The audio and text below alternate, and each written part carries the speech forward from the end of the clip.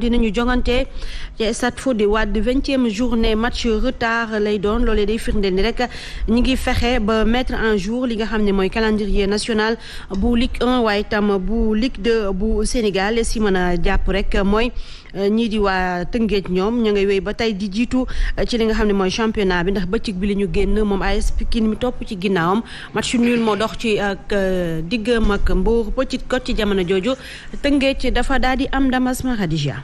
mi nga kon nag ñu àddu rek ci foot amateur des finales prévues début juillet bi le 2 précisément kon aljuma lay doon lañu koy amal askas bu Louga bu sunu papa Samba Top suñu xarit moom mooy jongante waaw ak AS Kolda waaye HLM bu Dakar ak Don Bosco ñoo ci rek laale loolu demi-finale nationale 2 la finale bi ñu war ko jàpp kon ci dimanche bi vainqueur ñoom ñu war a daje kon national 1 bi Oslo wala Walidane bu Thiès wala Kayor Foot ku ci am ndam kon ñoo ci war a rek laale.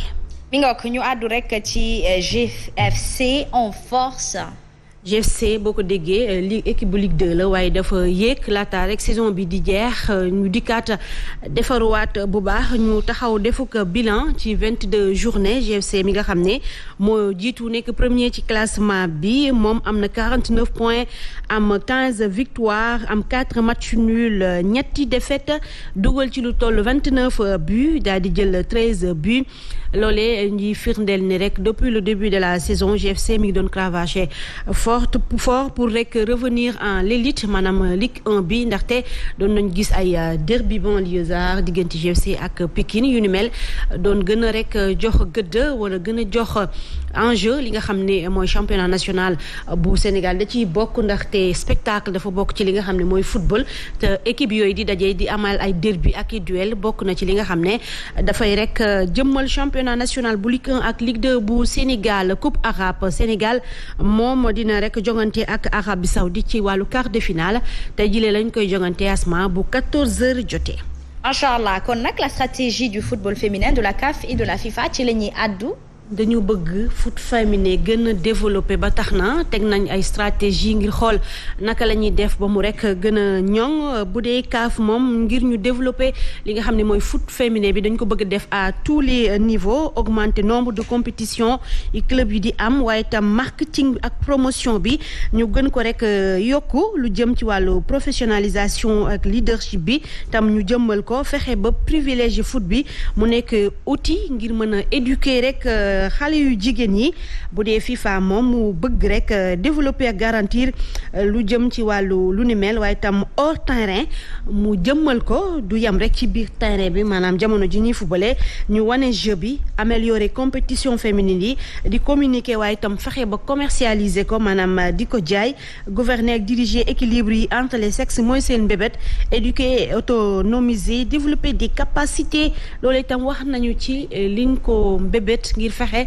ba foot féminin bi gën a dox ci wàllu rek ñi ngi yëngatu ci Afrique ak ci àdduna bi yépp.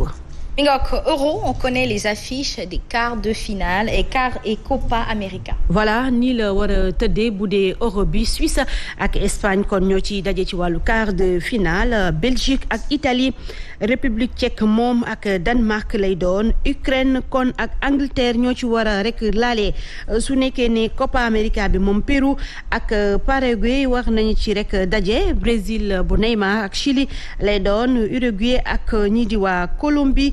kon ñoom ñoo war a daje ci li nga xam ne ci Copa América bi lay doon kon ci week-end bi Asma Hadija la ñuy amal yooyee jongante jëm ci wàllu quart de finale moo xam Euro moo xam Copa América bi lay doon Asma. incha allah rabbi France moom dégg naa toog na de. France waaw. Suisse. dégg naa toog na de mais Suisse. kaa xeeb mu yeb la. dañ leen xeeboon. dégg naa daal gars yi léegi comment ça va se passer parce qu'il paraît que Kylian Mbappé gis naa kenn ci joueur yu mag yi defoon poste ci moom pour continuer de l'encourager aussi. waaw Pelé voilà. équipe joueur bu mag nag mooy raté lu ni mel ci bis bu mag on l'attendait pas mais c'est arrivé. man jàpp naa ne da ciy tirer ay leçons rek parce que tam il faut ñu stabiliser seen défense bi tam France dañu am problème boobu jàpp lu ni mel parce que à un moment da ngay sentir que ni Suisse yi dañ ko gëmoon dañ ko gëmoon seen façon de wax seen façon de communiquer sax da ngay xam ni dañu gëmoon ni ñoom ils vont passer devant les Français et c'est arrivé malheureusement pour la France ki nga xam ne ñu yàq nañu liggéeyu Benzema mi nga xam ne retour am surtout mu ñëw def un doublé bu am solo ci bëccëg boobu ak li nga xam ne moom la doon wane ci terrain bi en tout cas dañuy defarwaat rek comme France équipe bu mag la te yaakaaroon nañu ni day ñëw jël ko comme moo doon vice champion d'Europe. les bleus. mais soxna Benzema quand même marqué na li nga xamante ne moom mooy passage am ci Euro. marqué na passage am. quand même mais fi muy commencé marqué fa lañ toogee malheureusement. mais son passage a été quand même bien vu. il avait un apport dans l'équipe mais bi muy commencé di li ñu ko xamee mooy dugal wala joxe ñu dugal malheureusement fa la France toogee. même s'il a fait un elle parle peut-être du retour où les gens ont senti que Benzema était de retour mais lii mooy indi équipe esprit d'équipe bu kenn di liggéey ñëpp bu ñu suruxee daanu liggéeyu kee du fës ni mu ko waree et ça il faut rentrer justement dans la responsabilité de l'état d'esprit d'équipe. il y a plus de petite équipe. Ah, il y a plus de petite équipe. Il y a plus de petite équipe. Il y en a plus. Allez les bleus. Allez les félicitations à notre ami Gorgui Wade Ndoye fële ca Genève. gars yi keroog Suisse man dama doon jubilé. léegi koo faraloon Suisse man Suisse laa faraloon. Papa Sane, toi tu es un Français. mais moi ce que j'ai pas compris c'est la réaction des Sénégalais face à la défaite de la France ça m'a choqué. On est des Français tu savais pas moi je pas la nationalité. même les autres pays africains. ñu nekk ci. mais ça veut dire tout simplement qu'ils ont réussi leur colonisation psychique. On reste toujours affilié à eux. non africains yi ñu ngi commencé di yeewu dafa am jamono boo xam ni bu ñu dooree France da ngay gis gars yi dañu koy méttitlu africains yi nag dañoo fipp fu mu nekk nii ubbeeku. dañuy bëgg ba pare ñun suñu yoon new si ñoom yàlla defal jàmm mais ñun.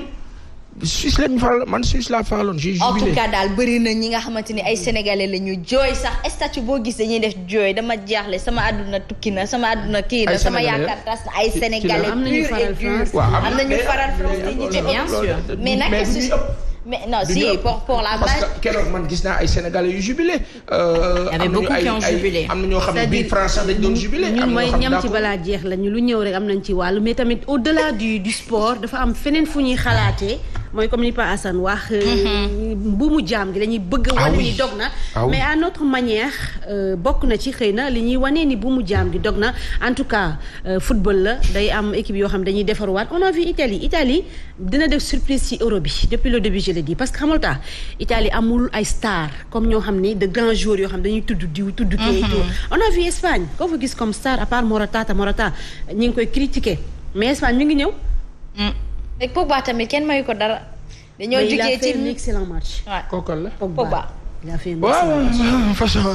c'est un Guinéen Pogba il est pas français tu sais. mais yow équipe bi yëpp ay africain lañu. est-ce que vous vous rendez compte d'une chose toute l'équipe de la France est constituée d'Afrique. Le revers de la médaille. Ah bah ça c'est clair. De nouveau, hein. Je commence à croire à l'écrivain qui disait. saaga yi ñuy saaga Kylian Mbappé te mérité wul ñu koy saaga noonu.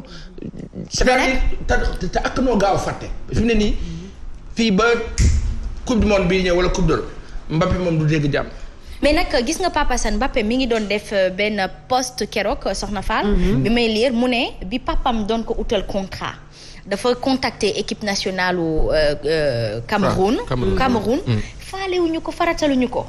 France bi ñu leen contacter avec son agent et son père et tout dañ ko faratal faale ko moo tax après aussi à un moment donné wegante bi ci suñu biir il faut que ñu koy def bu ko defee nos ressources bu ñu demee à l'étranger autant ils se donnent là-bas autant ils se donneraient ici. ñoom français yi ñoo ñu gën a organisé.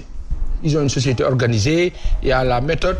l'organisation c'est normal mu demee noonu. maintenant ñun ñi nga xam nag ñun nekk nañu ñun aussi suñu sàggante ba jël suñu ay maam ñun jàpp suñu yeneen maam war leen mu jur nasaraan profité ci ñun ba gën ñu organiser tey léegi nag ñun génération bi ak ñi sa topp ak ñi ñëw ñooy am fulay nag récupérer suñu yëf dekkaat ci bonne organisation ak méthode nangoo liggéey donc parce que tubaab bi dafa jëloon suñu maam yi ñuy defal seen liggéey ñoom ñu am temps xalaat ngir samp du dëgg. pour le cas de Mbappé Asma yaakaar naa ne ñun dundoon nañ ko ak Sadio Mané defoon nañu li ñu mel ci benn Coupe d'Afrique te teewul dafa ñëwaat gën a am jom gën a fës nekk joueur bu ñu gën a ràññee fii ci Sénégal talent bi mu ngi ci ndaw bi mu ngi ci Kylian Mbappé donc man awma benn yoon xel ñaar ci moom ñi koy critiquer nag di ko digat yaakaar naa ne mais critique ak football ak critique ñoo ànd effectivement